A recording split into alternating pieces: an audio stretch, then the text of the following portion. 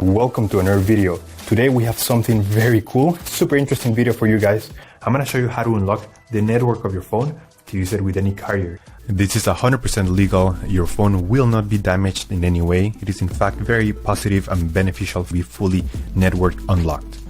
Because your phone's resale value will increase because your phone will be compatible with any other carrier worldwide. We're gonna begin.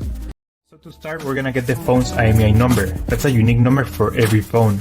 So to get it, simply dial *#06#. As you will see, your 15-digit IMEI number will appear in the screen of your phone.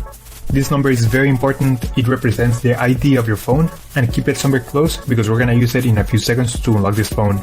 Okay, now we're gonna switch to the computer.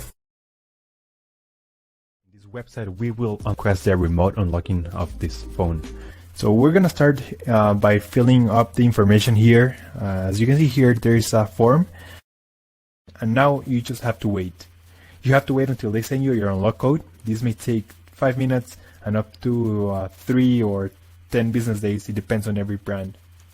I'm going to show you my personal email account so that you can see how the email will look like.